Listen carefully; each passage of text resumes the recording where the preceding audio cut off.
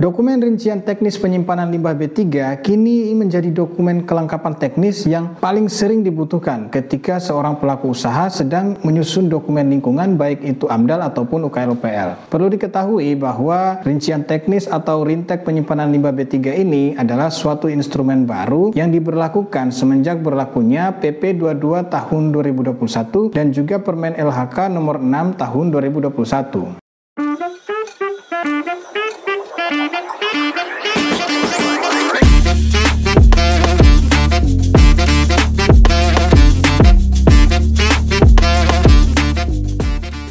Halo NV Planners, kembali kita menyapa di channel edukasi dan konsultasi lingkungan ini. Oh ya, pada video sebelumnya kita sudah membahas cukup detail mengenai apa itu limbah B3, mengapa limbah B3 harus dikelola, bagaimana tata cara penyimpanan dan pengemasannya, serta hal-hal teknis lainnya seputar pengelolaan limbah B3.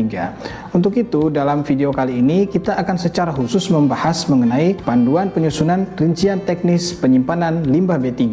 Dokumen rincian teknis penyimpanan limbah B3 kini menjadi dokumen kelengkapan teknis yang paling sering dibutuhkan ketika seorang pelaku usaha sedang menyusun dokumen lingkungan baik itu AMDAL ataupun UKL-UPL. Perlu diketahui bahwa rincian teknis atau rintek penyimpanan limbah B3 ini adalah suatu instrumen baru yang diberlakukan semenjak berlakunya PP 22 tahun 2021 dan juga Permen LHK nomor 6 tahun 2021. Sebelum adanya pemberlakuan rintek limbah B3, kewajiban terkait penyimpanan dan pengelolaan limbah B3 termuat dalam izin TPS limbah B3 yang mekanismenya diatur dalam PP nomor 101 tahun 2014. Pada skema lama, izin TPS limbah B3 diurus setelah kegiatan beroperasi atau setelah memiliki izin lingkungan dari AMDAL atau UKL-UPL. Namun, sejak berlakunya PP 22 tahun 2021 dan juga Permen LHK nomor 6 tahun 2021, dokumen rintek penyimpanan limbah B3 disusun pada tahap awal atau terintegrasi dengan penyusunan dokumen AMDAL atau UKL-UPL. Nantinya, rintek penyimpanan limbah B3 ini menjadi bagian yang terlampir dalam persetujuan lingkungan. Jadi, bagi NV Planners yang ingin memahami secara detail mengenai apa itu rintek penyimpanan limbah B3 dan juga informasi apa saja yang perlu termuat dalam dokumen tersebut, atau mungkin ingin belajar menyusun dokumen rintek penyimpanan limbah B3 secara mandiri, maka perlu simak baik-baik video ini ya, karena tentunya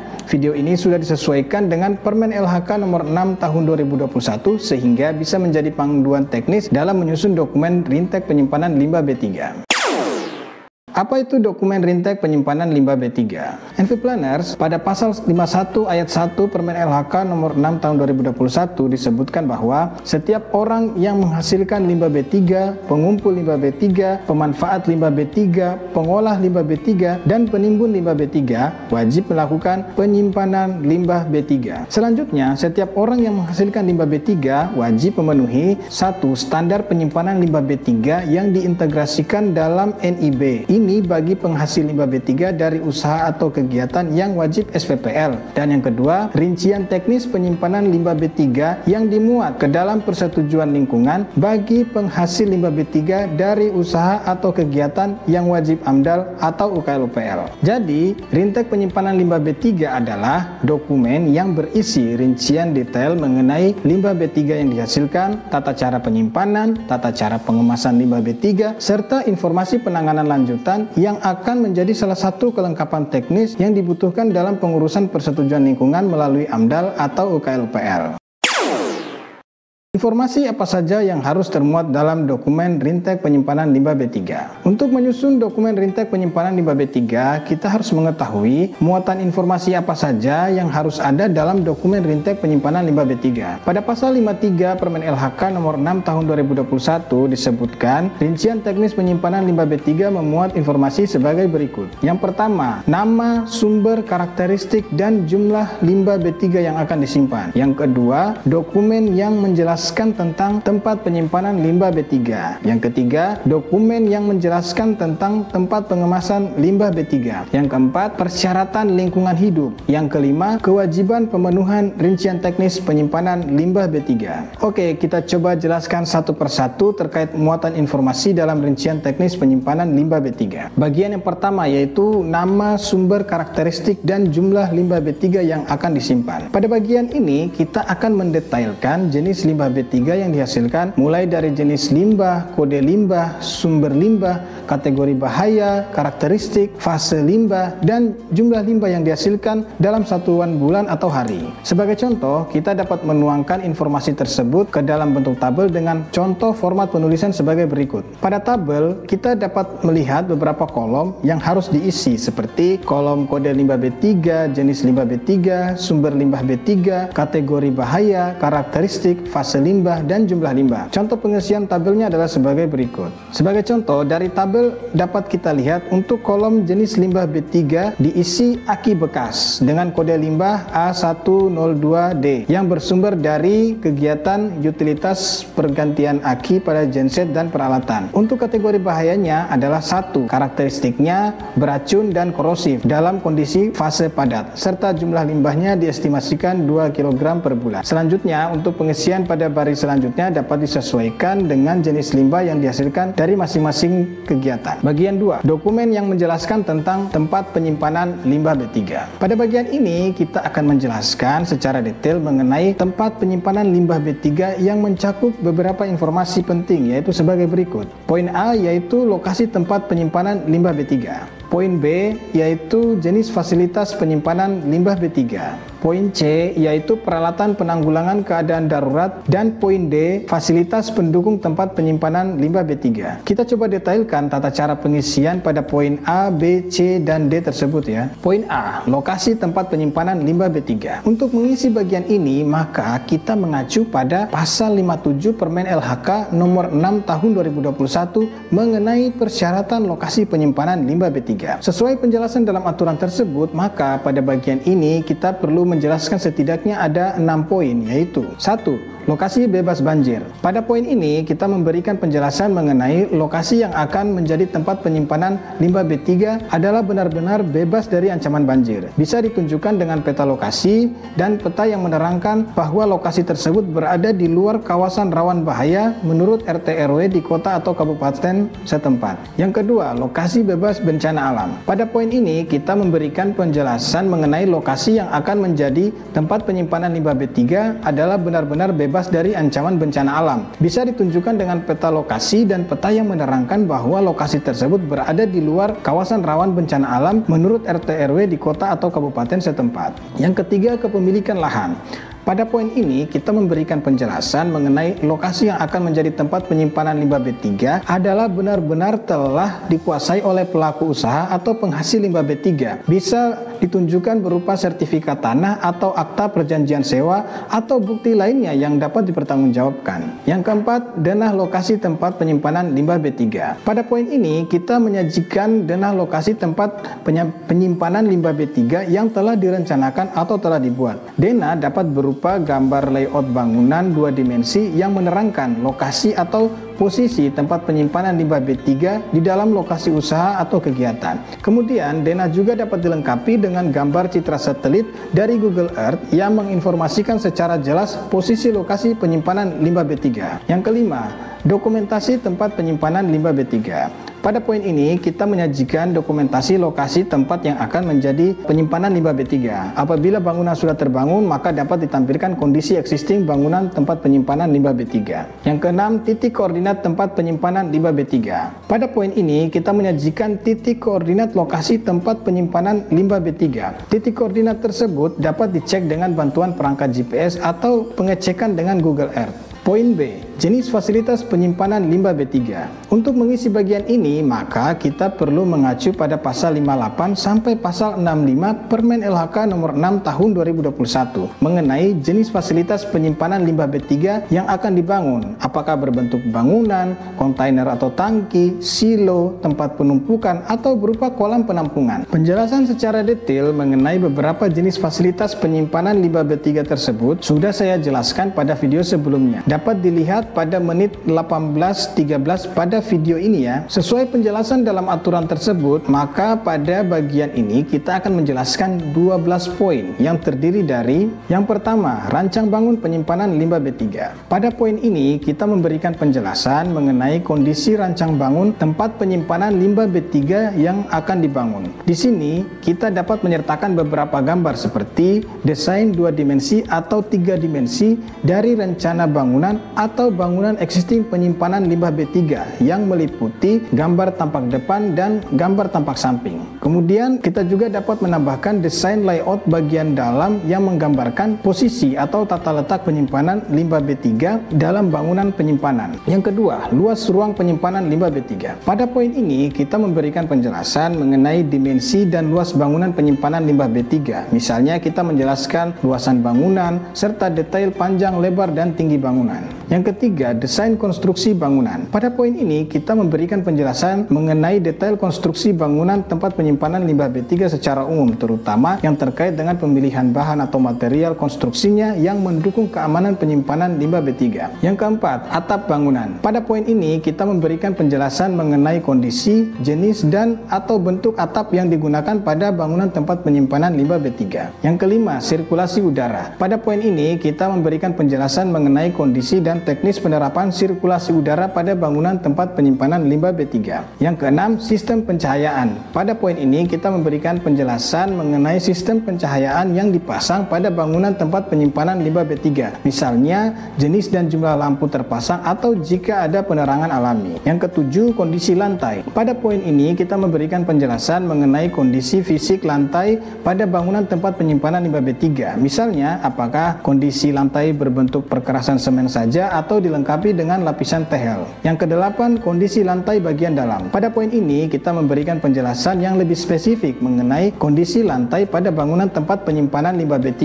Untuk penyimpanan berupa bangunan, maka sangat direkomendasikan lantai dibuat melandai turun ke arah saluran dan bak penampung tumpahan dengan kemiringan paling tinggi 1%. Yang kesembilan, kondisi lantai bagian luar. Pada poin ini kita memberikan penjelasan mengenai kondisi lantai bagian luar pada bangunan tempat penyimpanan limbah B3. Untuk penyimpanan berupa bangunan direkomendasikan dibuat dengan konstruksi yang sedemikian rupa sehingga air hujan tidak dapat masuk ke dalam tempat penyimpanan limbah B3. Contohnya adalah dengan pemberian tanggul pembatas di sekeliling bangunan sebagai upaya pencegahan dari rembesan atau limpasan air hujan dari luar. Yang ke-10, saluran drainase. Pada poin ini kita memberikan penjelasan mengenai kondisi saluran drainase pada bangunan tempat penyimpanan limbah B3. Untuk penyimpanan berupa bangunan direkomendasikan dibuat saluran drainase pada bagian dalam bangunan untuk mengalirkan ceceran atau tumpahan limbah B3 yang menuju ke bak penampungan. Sebagai contoh, saluran drainase keliling dapat dibuat dengan lebar 5 cm dan dalam 5 cm. Yang ke-11, bak penampungan. Pada poin ini kita memberikan penjelasan mengenai kondisi bak penampungan pada bangunan tempat penyimpanan limbah B3. Yang ke-12, simbol limbah B3. Pada poin ini kita memberikan penjelasan mengenai simbol limbah B3 yang akan dipasang pada bangunan tempat penyimpanan limbah B3. Simbol disesuaikan dengan jenis limbah B3 yang dihasilkan. Biasanya simbol limbah B3 ini dipasang di pintu depan bangunan atau pada dinding depan bangunan yang mudah terlihat. Poin C, peralatan penanggulangan keadaan darurat. Untuk mengisi bagian ini maka kita mengacu pada pasal 67 Permen LHK nomor 6 tahun 2021 mengenai peralatan penanggulangan keadaan darurat yang disediakan. Sesuai penjelasan dalam aturan tersebut, maka pada bagian ini kita akan menjelaskan 3 poin yang terdiri dari 1. Sistem pendeteksi dan peralatan pemadam kebakaran. Pada poin ini kita memberikan penjelasan mengenai peralatan pendeteksi dan peralatan pemadam kebakaran yang disediakan. Contohnya adalah fire alarm, APAR, bak pasir, dan sebagainya. Yang kedua, alat penanggulangan keadaan darurat lain. Pada poin ini kita memberikan penjelasan mengenai peralatan penanggulangan keadaan darurat lain yang disediakan. Sebagai contoh yaitu peralatan P3K standar dan alat pelindung diri seperti helm, sarung tangan, masker, sepatu safety, dan kacamata. Yang ketiga, SOP penanggulangan keadaan darurat. Pada poin ini kita memberikan penjelasan mengenai SOP penanggulangan keadaan darurat yang telah dibuat dan telah disetujui oleh penanggung jawab. SOP ini harus dipasang di areal tempat penyimpanan limbah B3 yang mudah dilihat. Rekapan SOP ini disajikan juga pada bagian lampiran dokumen Rintek penyimpanan limbah B3. Poin D, fasilitas pendukung tempat penyimpanan limbah B3.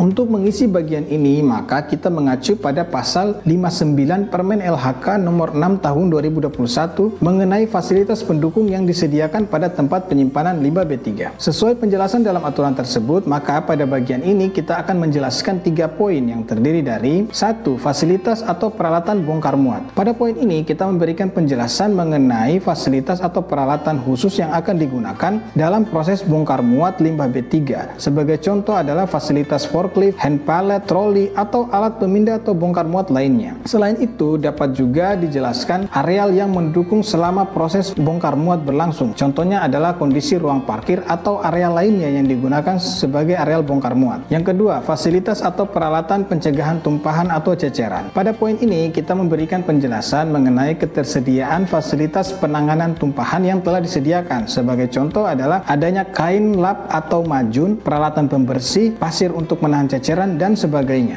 Yang ketiga, fasilitas atau peralatan pertolongan pertama. Pada poin ini, kita memberikan penjelasan mengenai ketersediaan fasilitas pertolongan pertama di tempat penyimpanan limbah B3. Hal ini terutama berkaitan dengan pencegahan bahaya K3 di lingkungan kerja. Sebagai contoh adanya kotak P3K yang terpasang di areal bangunan penyimpanan limbah B3. Bagian 3, dokumen yang menjelaskan tentang tempat pengemasan limbah B3. Sebagaimana tertuang dalam pasal 68 sampai pasal 72 Permen LHK nomor 6 tahun 2021 mengenai tata cara penyimpanan limbah B3, maka pada bagian ini kita perlu menjelaskan mengenai beberapa poin, diantaranya yaitu A. Jenis kemasan dan kapasitas kemasan limbah B3. Pada bagian ini kita akan mendetailkan kondisi pengemasan limbah B3 mulai dari jenis kemasan, kapasitas kemasan, jumlah kemasan, dan dimensi blok penyimpanan dalam bangunan limbah B3. Sebagai contoh, kita dapat menuangkan informasi tersebut dalam bentuk tabel dengan format sebagai berikut. Pada tabel, kita dapat melihat beberapa kolom yang harus diisi seperti kolom kode limbah B3, jenis limbah B3, sumber limbah B3, jenis kemasan, kapasitas kemasan, jumlah kemasan, dan dimensi blok penyimpanan. Contoh pengisian tabelnya adalah sebagai berikut. Sebagai contoh, dari tabel dapat kita lihat untuk kolom jenis limbah B3, pada baris pertama diisi aki bekas dengan kode limbah A102D yang bersumber dari kegiatan utilitas penggantian aki pada genset dan peralatan. Pada kolom jenis kemasan yang digunakan misalnya kita isikan kontainer plastik dengan kapasitas kemasan 20 kg. Jumlah kemasan yaitu 1 unit dan dimensi blok penyimpanannya yaitu 30 x 50 cm yang disusun pada rak. Selanjutnya untuk pengisian pada baris selanjutnya dapat disesuaikan dengan jenis limbah yang dihasilkan dari masing-masing kegiatan. B. Waktu penyimpanan limbah B3. Pada bagian ini kita akan mendetailkan mengenai waktu penyimpanan dari masing-masing limbah B3 yang dihasilkan, yang tentunya perlu disesuaikan dengan karakteristik limbah B3 dan juga daya tampung ruang penyimpanan. Waktu penyimpanan limbah B3 ada yang 90 hari, 180 hari, dan 365 hari. C. Simbol dan label limbah B3 yang digunakan. Pada bagian ini kita akan mendetailkan kembali mengenai simbol dan label limbah B3 yang digunakan pada kemasan limbah B3. Berikut adalah contoh simbol limbah B3 yang umum digunakan. Simbol limbah B3 ini menggambarkan karakteristik limbah B3. Secara umum, karakteristik limbah B3 ada 6, yaitu mudah meledak, mudah menyala, reaktif, infeksius, korosif, dan beracun. Penjelasan yang lebih detail mengenai masing-masing karakteristik ini sudah saya bahas di video sebelumnya ya. Dapat dicek langsung pada menit ke-12.27 pada video ini ya. Berikut adalah contoh label limbah B3 yang umum digunakan. Label dan juga simbol limbah B3 akan dipasang pada setiap kemasan limbah B3. Berikut adalah contoh pemasangan simbol dan label limbah B3 pada kemasan limbah B3. D. Tata cara penyimpanan dan pengemasan limbah B3. Pada bagian ini kita akan mendetailkan mengenai tata cara penyimpanan limbah B3 dan juga tata cara pengemasan yang dilakukan pada limbah B3. Terkait penjelasan detail mengenai tata cara penyimpanan dan pengemasan limbah B3 ini sudah saya jelaskan di video sebelumnya. Bisa dicek langsung pada menit ke-28 pada video ini ya. Bagian 4. Persyaratan lingkungan hidup. Pada bagian ini kita menjelaskan mengenai persyaratan lingkungan hidup, yaitu berupa persetujuan lingkungan yang telah dimiliki oleh pemrakarsa terhadap usaha atau kegiatan utama yang dijalankannya. Sebagaimana diketahui, persetujuan lingkungan diperoleh melalui penyusunan AMDAL atau UKLUPL. Pada bagian ini kita juga dapat melampirkan persyaratan administrasi lainnya yang relevan seperti NIB atau nomor induk berusaha dan PKKPR atau persetujuan kesesuaian kegiatan pemanfaatan ruang. Bagian 5. Kewajiban pemenuhan rincian teknis penyimpanan limbah B3. Sebagaimana tertuang dalam pasal 80 Permen LHK nomor 6 tahun 2021 mengenai aktivitas pemantauan dan pelaporan, maka pada bagian ini kita perlu menjelaskan mengenai beberapa poin, yaitu A. Pencatatan nama dan jumlah limbah B3. Format pencatatan penyimpanan limbah B3 paling sedikit memuat informasi pada tabel berikut. Sementara untuk neraca limbah B3 paling sedikit memuat informasi pada tabel berikut. NV Planners tinggal menyalin format tabel berikut ini dan memasukkan sesuai data limbah B3 dan penanganan yang dilakukan. Perlu diketahui bahwa pencatatan limbah B3 harus dilaporkan secara berkala kepada pejabat penerbit persetujuan lingkungan paling sedikit 1 kali dalam 6 bulan. Format pencatatan limbah B3 dan neraca limbah B3 mengacu pada lampiran 9 Permen LHK nomor 6 tahun 2021. B. Penyampaian laporan penyimpanan limbah B3. Pada bagian ini kita menjelaskan mengenai pelaporan penyimpanan limbah B3 yang juga disampaikan secara elektronik melalui laman website berikut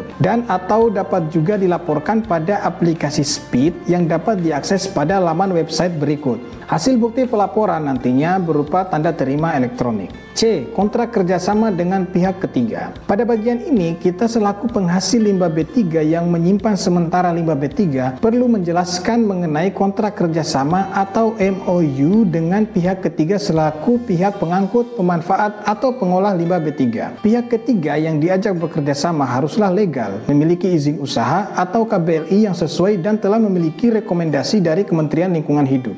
Oke NV Planners, kita telah membahas terkait apa itu rintek penyimpanan limbah B3 dan juga membahas terkait muatan informasi apa saja yang harus ada dalam dokumen rintek penyimpanan limbah B3 sesuai dengan aturan yang berlaku, yaitu Permen LHK nomor 6 tahun 2021. Hal ini menurut kami cukup penting untuk dipahami secara luas, mengingat saat ini dokumen rintek penyimpanan limbah B3 sangat dibutuhkan oleh pelaku usaha, terutama yang sedang menyusun dokumen AMDAL atau UKL-UPL. Oke, semoga informasi dalam video ini dapat bermanfaat bagi kita semua, terutama bagi pelaku usaha, konsultan, bagi spesialis lingkungan, akademisi, ataupun bagi masyarakat umum. Sekian untuk konten video kali ini, terima kasih dan sampai jumpa di konten-konten berikutnya.